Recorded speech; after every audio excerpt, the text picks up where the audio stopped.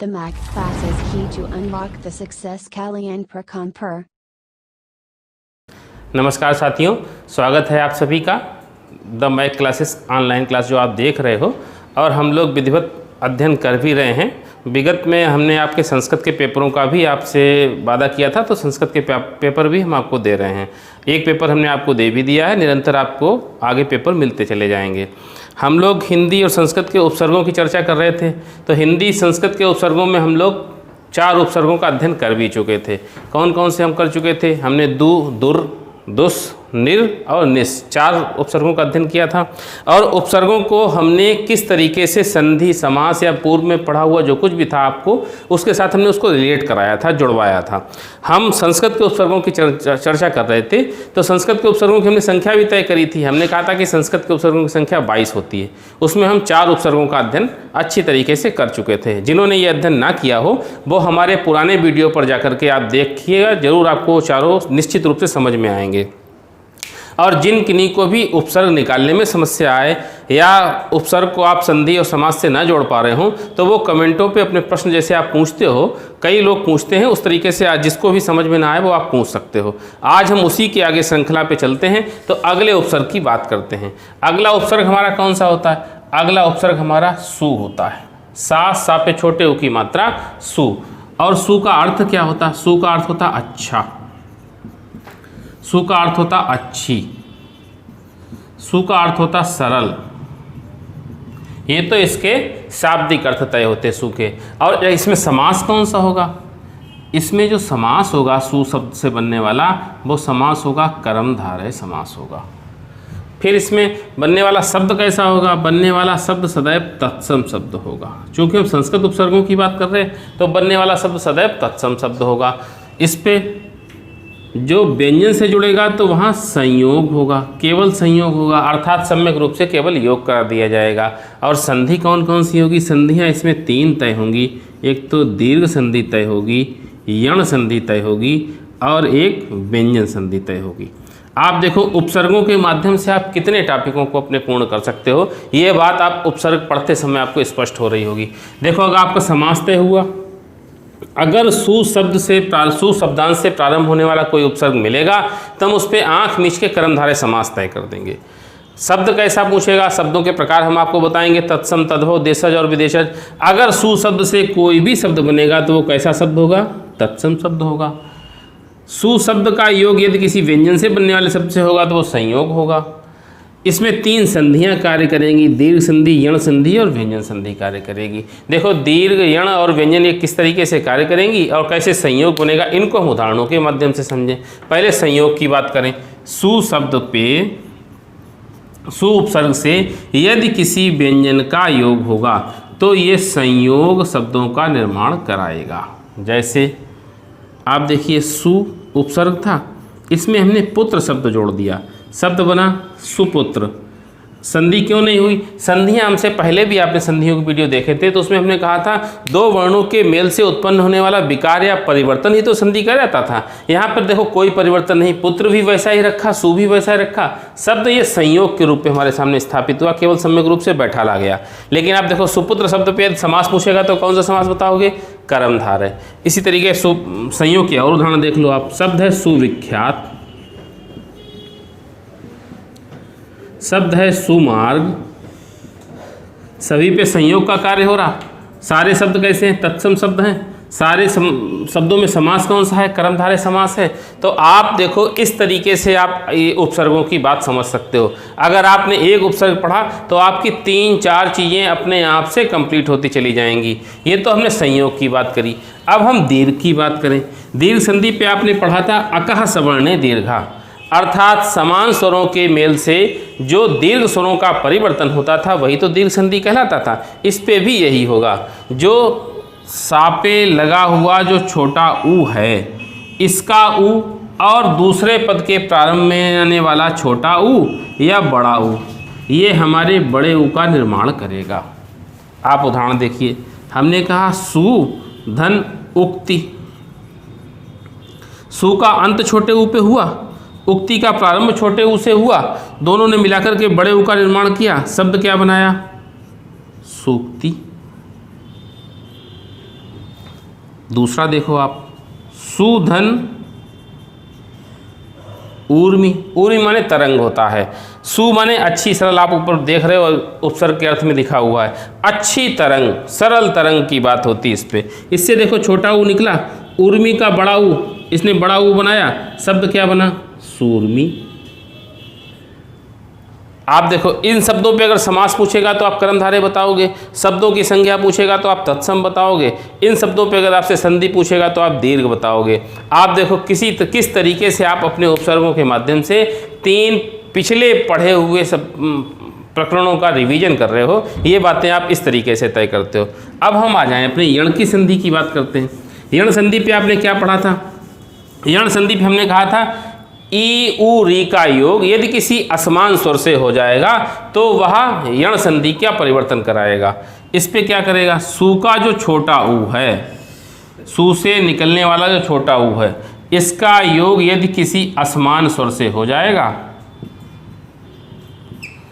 तो वह ये ऊ को वा में परिवर्तित कर देगा। आप उदाहरण देखो, हमने कहा सुधन अच्छ बराबर स्वच्छ।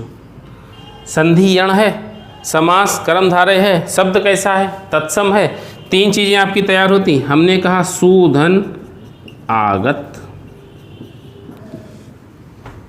ऊ आ से वियोग किया, असमान स्वर था, ऊ बा पे बदल गया, शब्द क्या बन गया, स्वागत। सुधन अल्प, ऊ का योग छोटे या से हुआ, ये वा पे बदला, शब्द बना स्वल्प। आप देखो यण संधि के भी आपके उदाहरण तय हुए। अब हम थोड़े से व्यंजन के भी उदाहरण तय करा लें। व्यंजन पे हमने इस पे केवल एक छोटा सा प्रयोग व्यंजन का आएगा, यदि सु का छोटा ऊ यदि दंतव्य सा से योग करेगा तो योग कराने पर दंतव्य सा मूर्धन्य सा पे बदल जाएगा, केवल इतना सा परिवर्तन होगा। ये आपने संधियों पे पढ़ा भी था। इसी को जब आप उदाहरण देखते हो तो हमने कहा सुधन सम, ऊ का योग सा से हुआ और ये मूर्धन्य सा पे बदल गया, शब्द क्या बन गया, सुषमा।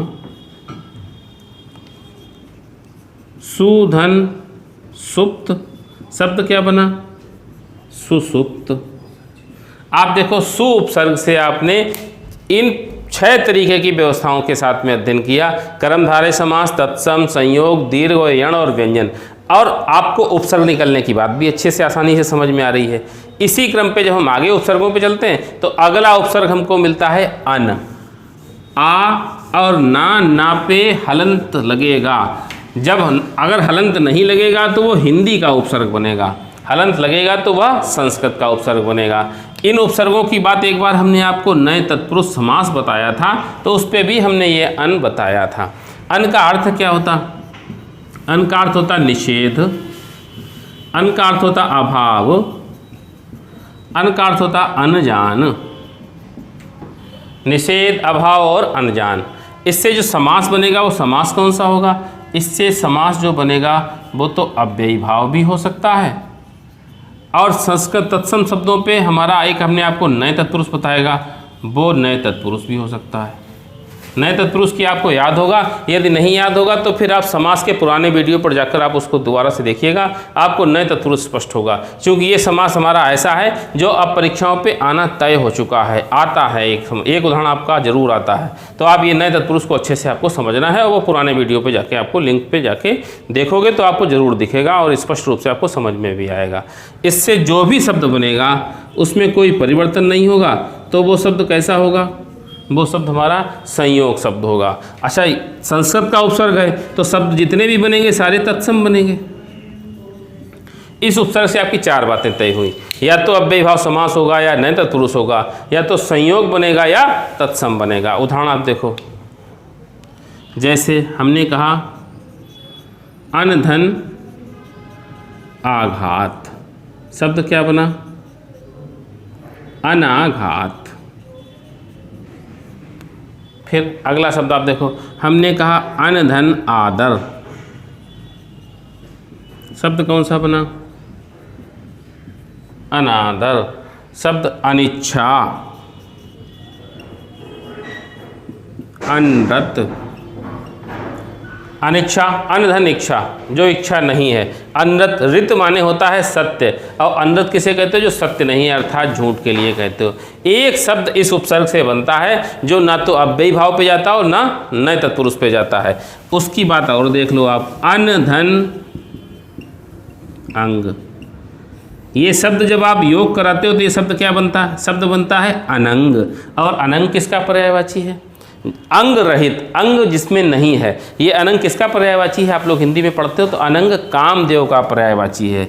और हमने जब आपको समास बताया था तो हमने कहा था कि दो पदों को स्थापित करो और किसी तीसरे अर्थ का जन्म होगा तो वहाँ बहुब्री समास होता है। यदि अनंग शब्द आएगा तो अनंग में उपसर्ग पूछेगा तो आप अन बताओगे, लेकिन समास पूछेगा तो आप बहुब्री बताओगे।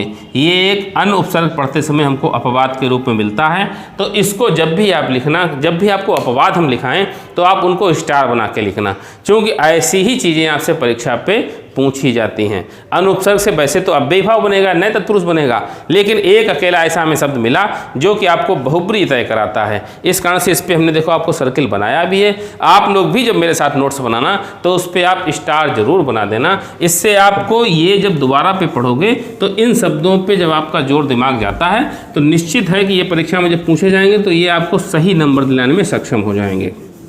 आपने दो उपसर्गों का अध्ययन किया, एक तो आपने सु का अध्ययन किया और दूसरा अन का अध्ययन किया।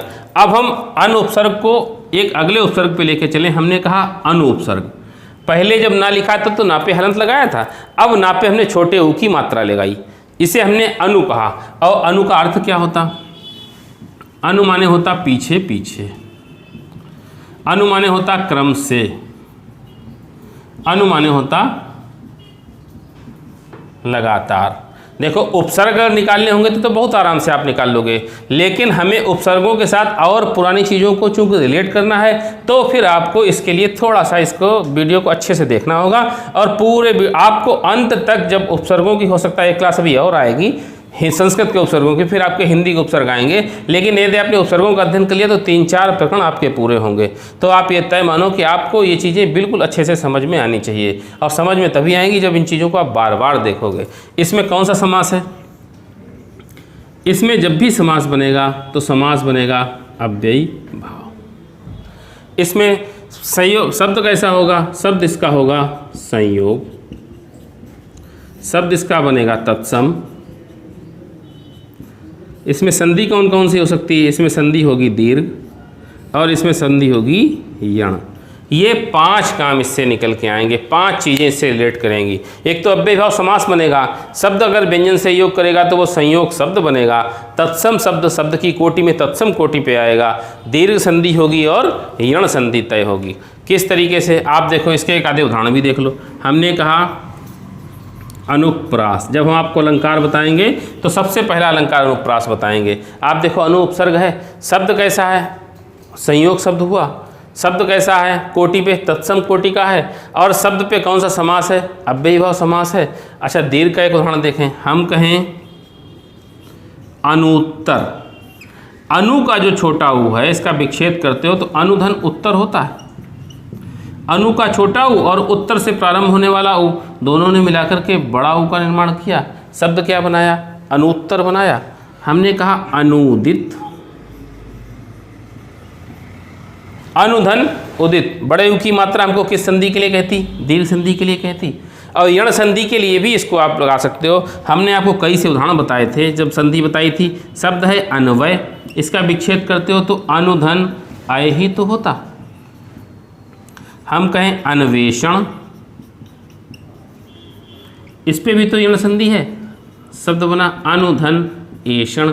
ये जितनी आसानी से हम विच्छेद लिख रहे हैं, ये भी विच्छेद आप भी मेरे साथ उतनी आसानी से कर सकते हो यदि आप संधि वाले पार्ट पे, संधि वाले वीडियो पे जाओगे और जहाँ पे हमने जिस पार्ट पे आपको यण संधि समझाई है, यदि आपने उस यण संधि को अच्छे से देख लिया तो आप ये संधि जरूर आसानी से कर जाओगे। अब आप देखो, इन सारे शब्दों पे कौन सा समास तय हुआ? इन सारे शब्दों पे अव्ययी भाव समास तय हुआ। इस शब्द में कैसे कोटि का है? ये संयोग कोटि का है। ये सारे शब्द कैसे हैं? ये सारे शब्द हमारे तत्सम शब्द हैं। ये दो शब्द जो हमने उदाहरण पे लिखे अनुत्तर और अनुदित, इन पे कौन सी संधि हुई? इन पे हमारी दीर्घ संधि हुई। अन्वय और अन्वेषक कैसे शब्द हुए? किस संधि के शब्द हुए? ये यण संधि के शब्द हुए। आप देखो एक उपसर्ग हमारा, एक तो निकालने पे आसानी हुई आपको लिए, आप आधा अक्षर अन्वय और अन्वेषण ऐसे सब 4 शब्द देगा और आपसे कहेगा कि इसमें अन उपसर्ग है। इस पे आपसे जब विकल्प पूछेगा तो आपको विकल्प में लिखेगा अन उपसर्ग है या अनु उपसर्ग है। अगर आपने उपसर्गों का अच्छे से अध्ययन किया है, ऐसे आप आधा ना देखोगे तो आप अन का ही तो विकल्प सही करोगे। अगर आपने इसको तोड़ने की और यण संधि की व्यवस्था सीख ली तो आप इस पे अनु उपसर्ग सही करोगे। उपसर्ग लगते आसान जरूर हैं, लेकिन उपसर्ग और प्रत्यय हिंदी की वह व्यवस्था है जो हिंदी के लिए आपको 1 नंबर की लीकेज की व्यवस्था खत्म करती है। आप जब अपने घर में कहीं निर्माण करते हो, कहीं निर्माण कार्य में कहीं आप देखते हो कहीं आपका बाथरूम लीक हो रहा, कहीं कुछ लीक होता है, तो लीक होने की व्यवस्था जब आप देखते हो तो वो कहाँ से पानी लीक होता है इसको पकड़ना मुश्किल हो जाता है। ये उपसर्ग और प्रत्यय हिंदी की वह व्यवस्था है जो 1 नंबर का लीकेज बचाती है।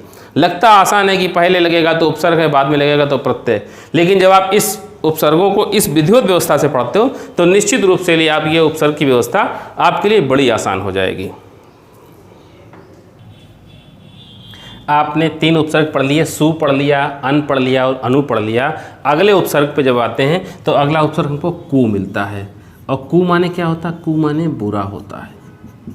कु का अर्थ क्या हुआ? बुरा। कु से बनने वाला शब्द किस समास पे जाएगा? कु से बनने वाला शब्द कर्मधारय समास पे जाएगा। कु से बनने वाला शब्द किस कोटि का होगा? कु से बनने वाला शब्द तत्सम कोटि का होगा। और कु से जो बनने वाला शब्द होगा वो संयोग भी होगा। संयोग कब होता है?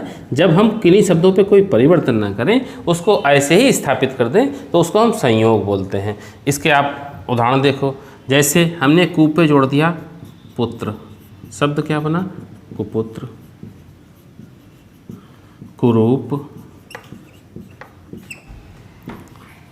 कुशासन,